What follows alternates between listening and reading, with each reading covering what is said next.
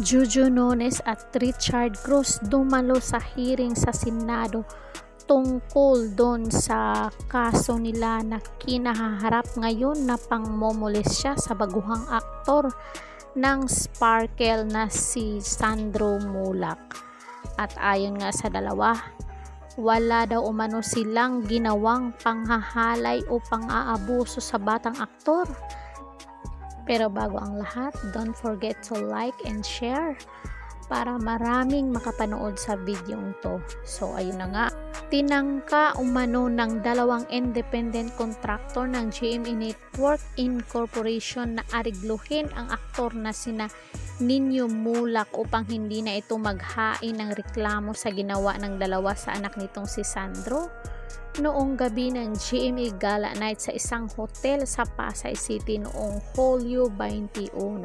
Sa hearing ng Senate Committee on Public Information and Mass Media nitong Lunes, inusisa ni Senate President Pro Tempore Jinggoy Estrada ang nangyaring komprontasyon sa bahay ni Senior Vice President Annette Gozon ng GMA kung saan nagharap si Nino Mulak at ang dalawang akusadong sina Jojo Nones at Richard Cruz. Gaano kaya ito katotoo? So stay tuned kayo mga marites para malaman nyo talaga ang totoo pangyayari. Umiyak sila nang mag-sorry sila and they even offered to donate a certain amount to a charitable institution of my choice para lang masitil yung kwento ni Nino sa committee. Ang sagot ko sa kanila, ako, tao lang ako. Diyos nga marunong magpatawad, kaya ko kayong patawarin. Pero kailangan yung pagbayaran yung ginawa nyo, paglalahad ng aktor. Dahil dito, tinanong ni Estrada si Nones kung totoong tinangka niyang suhulan si Nino para wag nang ituloy ang pagsampa ng reklamo. So gaano kaya ito katotoo? Mapapatunayan ito. Maganda kung magharap din si Sandro Mulak. Is it true that you are offering something to charitable institution? Is it true? Tanong ni Estrada, na sinagot naman ni Nones ng no po, Your Honor.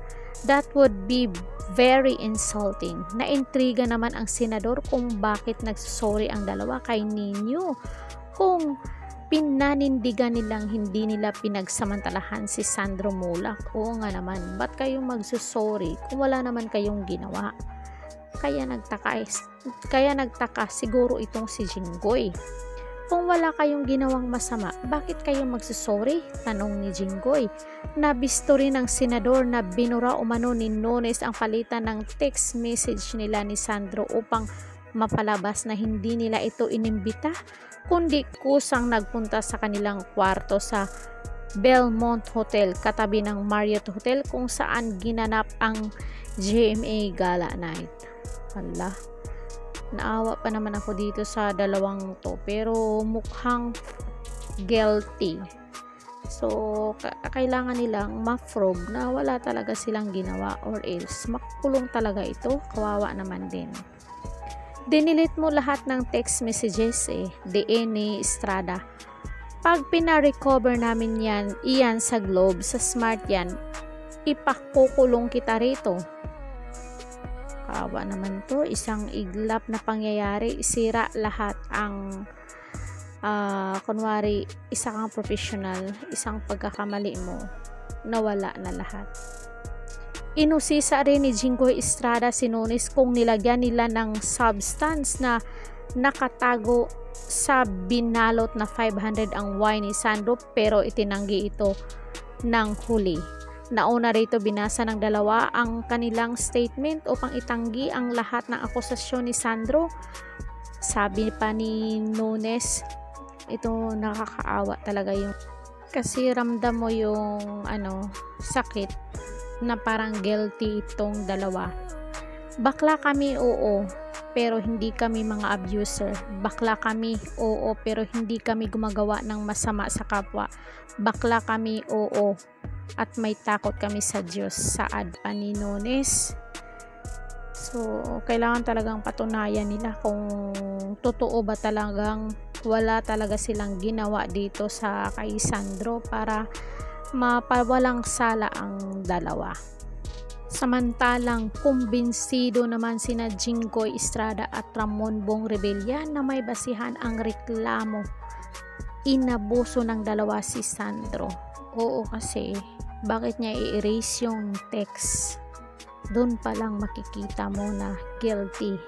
At bakit nila susuhulan si Nino para hindi na ituloy ang kaso.